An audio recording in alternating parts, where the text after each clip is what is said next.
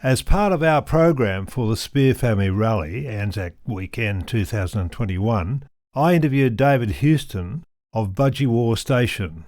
David's forebears were pioneer landholders of the Hay District in the 1870s, at the same time the Spears came to work as station hands and boundary riders in the district.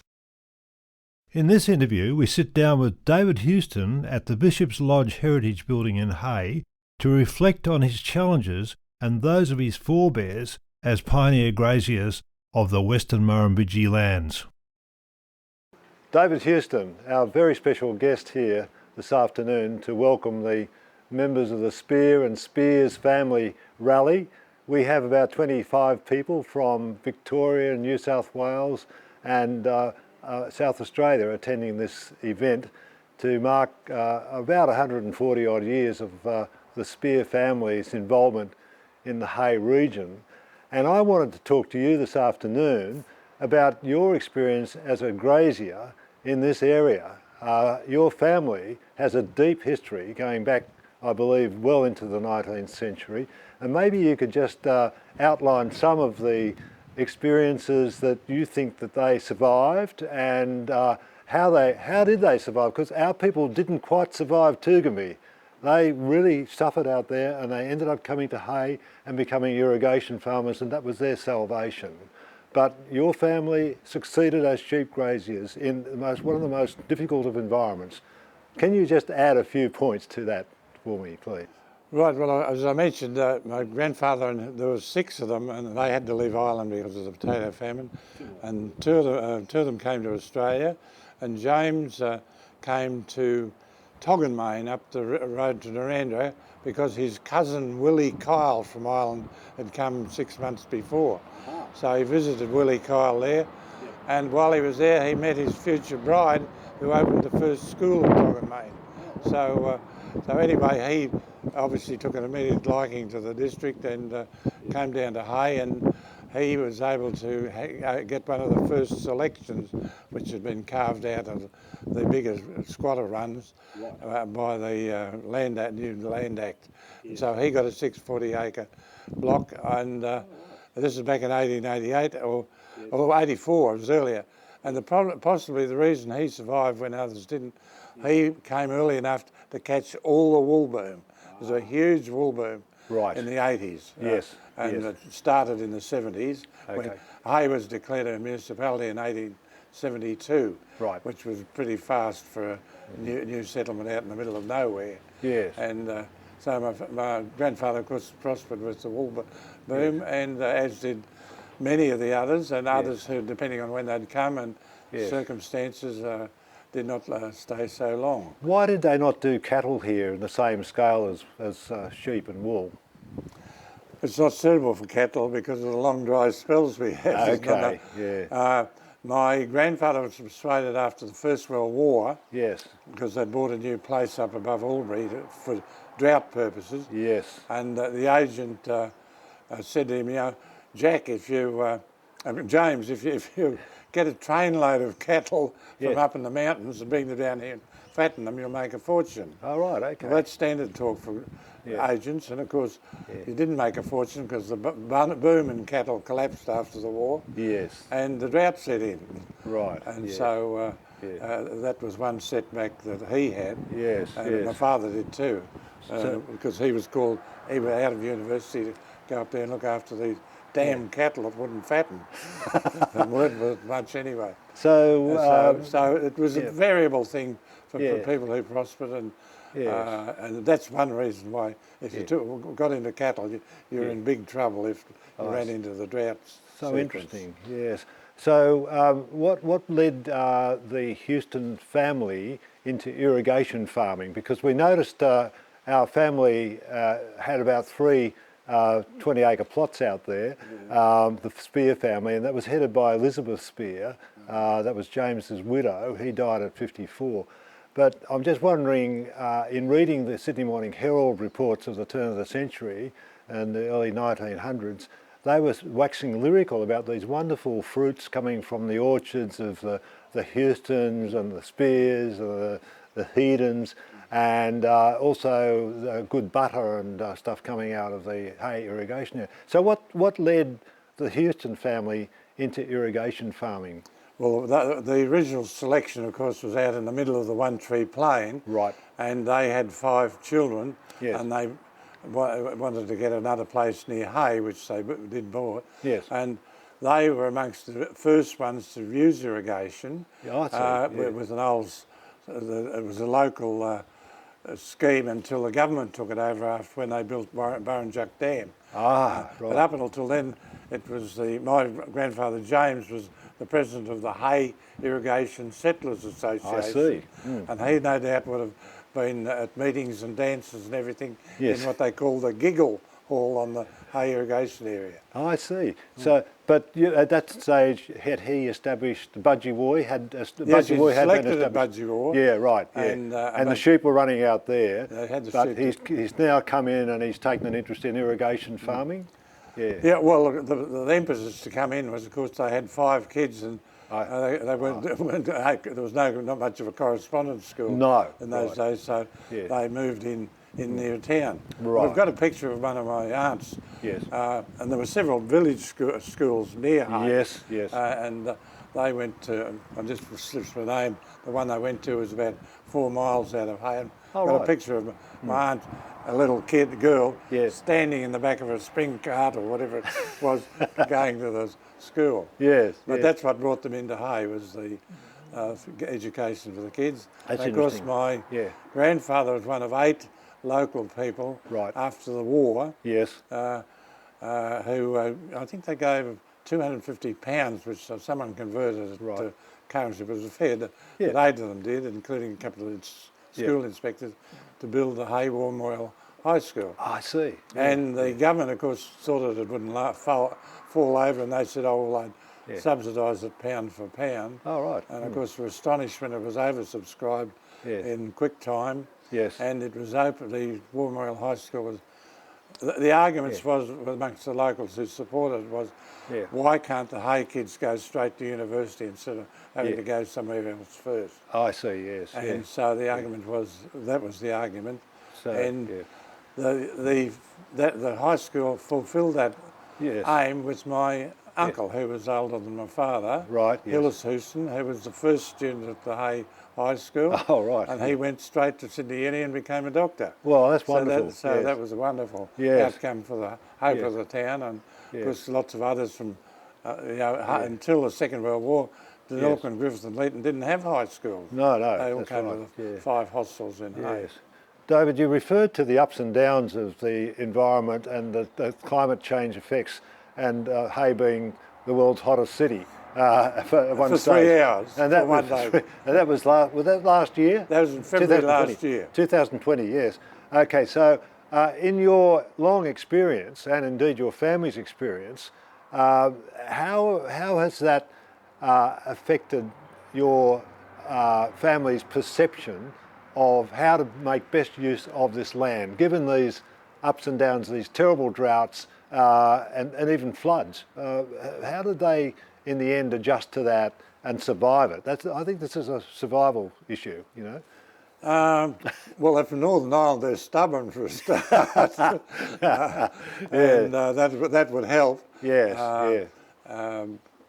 I think when he saw Hay at its best in the wool boom, yes, they quickly would have not quickly, but they would have rationalised. Right. Well, this is very much a feast or famine country. Right. Yes. And you've got to. Adapt to that. Yes. I always remember a story of my father at the end of the war. Yes. Ended up with 17 sheep worth 1 and 6pence, 15 cents.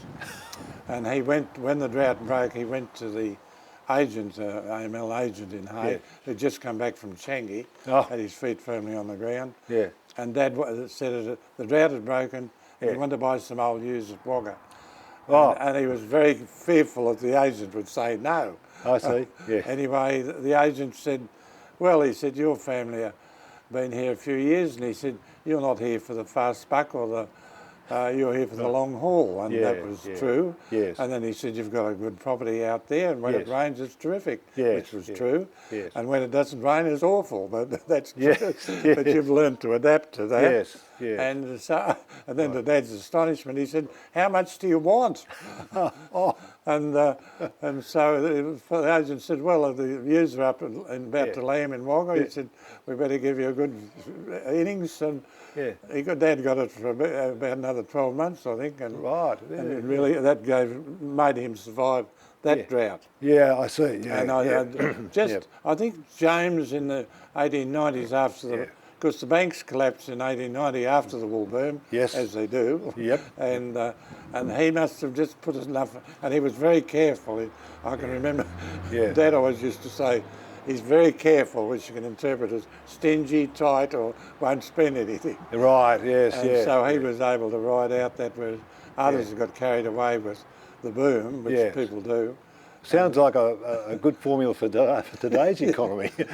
Squirrel it away. If you make some gains, squirrel it away. Just as an interest, I nearly went out backwards in 1972. Yeah. I'd put in irrigation on borrowed money. All right, yes, yeah. And of course, I didn't reckon on the fact that the drought would impact on the water, the river. Right. And suddenly the government said all pumping is banned. Oh. And I just borrowed all this money, and I was in the same, not quite as bad as Dad. Yes. But I had to go to the agent, and it turned out to be the same man that had come off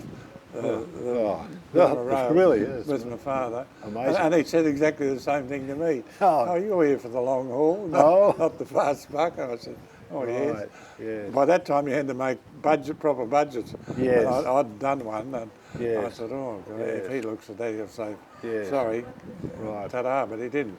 Yeah. So it's boom and bust. Yep. A bit of luck, bad luck here and there. Yes, indeed. Yes. And, but it's basically good sheep country. Yes, yeah.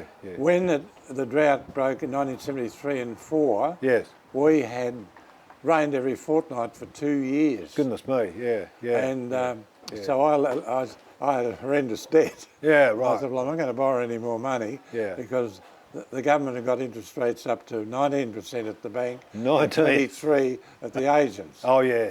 And I said, there's no way I'm going to borrow any money. So we electrified all our fencing. Yes. And I got, people said, you're going to buy cattle? I said, no, I can't afford them. Right. I'm going to get just other people's cattle. Yeah, all right, And that was a lifesaver because you just did. people said, oh, you won't get any, but we had people from Gippsland and every ring up, can we put 1,400 cattle on your place? Is that right? Yeah. And I couldn't believe my ears. And No, we ended up at the height of the rain, because I said, well, this is how you get rid of a fire hazard, eat it. Eat it, yes. And so we ended up with 3,500 cattle because we had the rain and the feed.